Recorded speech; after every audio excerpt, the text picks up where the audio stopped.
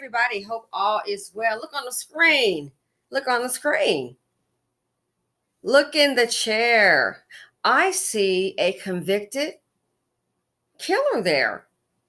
More dust bucket breaking news. So, he basically decided to throw his life away.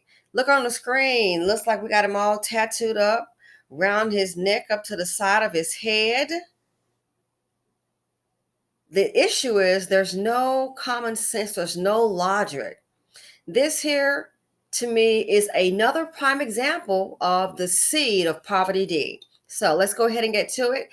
This specimen here on the screen has been convicted for the murder of Jasmine Barnes, a 7-year-old child who was simply existing, riding in her relative's car.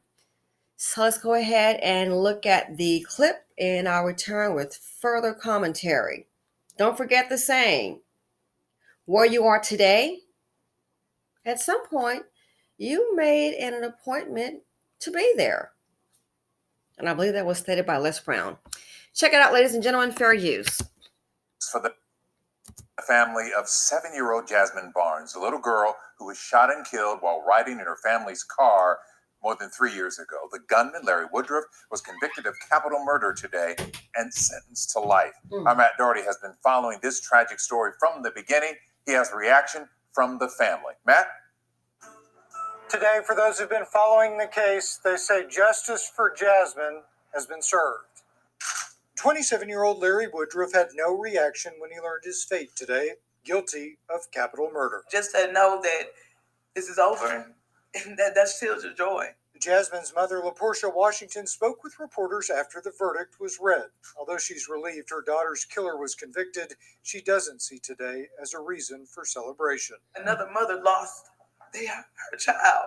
She lost her baby, no matter if it was in the same way that I lost mine. She lost her baby, and that's not right. I don't wish that on nobody. Washington was behind the wheel of the family's car with her 3 children on a late December morning back in 2018. As they were leaving a Northeast Harris County Walmart, bullets flew through the windows, striking Jasmine in the head and the mother in her shoulder. He was really pale. Based on a description from Washington's 15-year-old daughter, a sketch was made of the suspect, who the teen said was driving a red pickup truck. The information mobilized a movement in the search for a suspected child killer. Some activists, politicians, and others said they believed the shooting was a racially motivated hate crime. The only reason why the white man was even identified is because, like I said on the stand, that was the last car that we seen out there. The Harris County Sheriff's Office retracted the suspect's sketch following the confession of a man named Eric Black. Black said he was driving with Larry Woodruff the day of the murder. Larry Woodruff shot at Jasmine Barnes, thinking it's a crew of other guys. He killed a 7-year-old kid. He nearly killed a 6-year-old kid. Prosecutors said DNA tests confirmed the story. Woodruff's DNA was identified on the murder weapon. Defense attorneys told jurors Eric Black's story was a lie. He saw it as an opportunity to save his own skin. He is testifying not out of respect to that family. He is testifying to save himself. But the jury didn't buy it. Woodruff will spend the rest of his life in prison without the chance for parole. Black pleaded guilty and in exchange for his testimony can spend a maximum of 35 years in prison. Now, think about it. Look at the dusty logic. So basically what they're saying is that he wanted to obviously shoot at another vehicle, thinking it was someone else. He was thinking it was some other guys. You sign up to live your life by bang, bang, shoot 'em up. This fool can't tell a vehicle with his intended target, some other guys, from a mother and her children. Are you really that dumb? Are you really that stupid? He thought it was a vehicle with some other guys, but instead he shoots into a vehicle of a mother and other kids. Dusties are dumb. Dusties bring drama. They bring hella trauma. They bring death. The financial implications is too much dust in the nation. Look at the trauma that he has caused his family. And then you look at it, the person who was his alleged target, that person is probably still free and breathing until maybe they get caught up in another crime. So you've killed a 7-year-old, caused drama, hella trauma to a family that has never harmed you. But the person that you wanted dead, they're more than likely still alive. And now you've got a life sentence, which I agree with. They should hand down more of these. Oh, he thought it was somebody. Yeah, I'm going to whack that fool. Really? Down a freeway in Houston and Harris County? Really? But y'all want to get some prison reform. Yeah, I got you. We need some dust bucket reform. The seed of poverty D, when he is being carried by an IOD, and an IOD is the female. She's a poverty P. IOD is for incubator of destruction. This is what they breed. And as a result, they bring drama, they bring hella trauma. This mother here, her 7-year-old daughter has been dead. This happened, I believe they're saying, was it last year or maybe almost 3 years ago? Hearing different things. We don't know what Jasmine could have become with her life, what she could have achieved. But since we have a community filled with Dusties, we know one thing is guaranteed: death and tragedy. The other thing here I felt really bad about is I'm looking here at this photo and you have a mother and her other daughter. Where is the dad? Representation matters. Yeah, it does. There are so many stories like this. You look around and every now and then you may see a dad. Sometimes on a rare occasion. I've seen a few here that we've featured here on the channel. But in most cases, this is what you see. Black woman, you carry the seed of poverty D. You'll be abandoned. Godfrey told you that. You'll be abandoned. Yeah, it's like he admitted it. It's true. It's no secret. You've been abandoned. So you have to raise this child on your own financially, emotionally, physically. You're stuck in the BC around poverty D. It's a matter of time before death strikes somebody. That's why I'm opposed to it. Where's the man at? I don't care whether they're divorced, never married, baby mama. These dust buckets don't understand manhood. Where are you at for your daughter? To show the world that this is your daughter, that you lost, you cared, you actually gave a damn.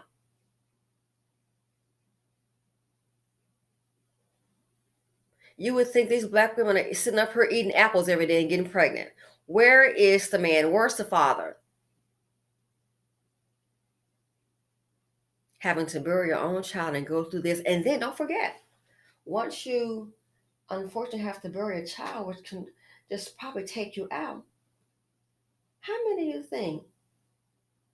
They got typically 3 days off work, and you got to go back at it again and face the world and be a strong provider. Can you afford a week off tomorrow? Nope. You got a boogity on back to that darn job. Can't be late. And work and provide for you and the other kids that you have left. But then when something happens, they want you to go out there in those streets. Really? And protest for the seed of poverty D, the same one who is murking you and your babies. Make it make sense. Make it make sense. So as for him, his lawyer, I'm so glad the people didn't buy it. I'm so glad they didn't buy it. He got his little suit on. This right here, he's, in my opinion, graduated from 123 ABC Felony. 123 ABC Felony. Now, guess what? He's lived out the poverty D dream. Go ahead and go to jail. Put the jumpsuit on.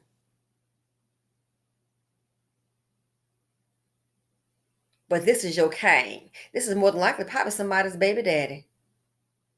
This is my fawn who ain't never done nothing. Let the mammies tell it. They don't think, they just do.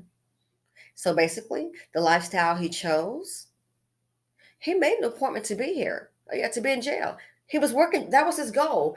How you live, how they live their lives, that's your goal. How we all live our lives, that's your goal. You're making an appointment to end up somewhere. And as in true Dusty fashion, he made an appointment and he lived up to the dream of a dangerous Dusty.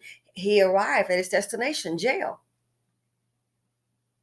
So the drama and trauma he's left behind, the family, the death of a child, the financial implications, you and I get to now support him, which we've probably been supporting him since day one. We've probably been supporting him, child, when he had that 123 ABC felony onesie on. You and I are probably paying for the voucher that his mama raised him up in, along with the EBT card. We're probably paying for all of that. And now we get to pay for him in jail. Don't forget, once again, this is your $50 billion liability buddy. Black women, go ahead and march if you want to. Honey, all I have to say, y'all trying to hold down, and these mammies trying to hold down for these so-called kings who are kingdomless, really? Kings run things. Only kind of king I can see, these so-called king, they are the king of poverty D. But y'all want to fight for him, post it. I'm going to hold him down, support him financially. Black women, when something happens to you, I wonder if these same men, would they fight? Would they fight for you? Would they? I can't even expect that. I just ask one question. I know they're not going to fight for you. I just wish they would just stop killing us. It's Sunday.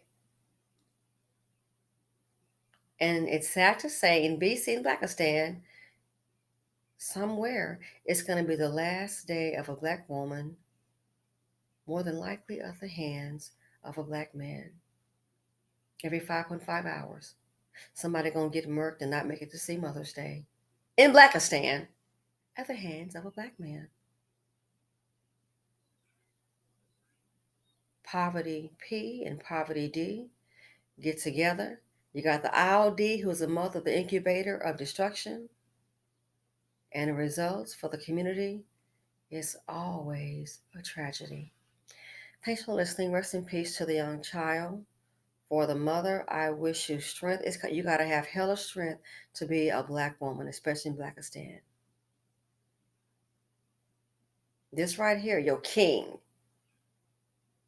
You're king, all right. And you can find most of your kings, the seat of poverty D, and the place that they love to be, the penitentiary. And I'm out.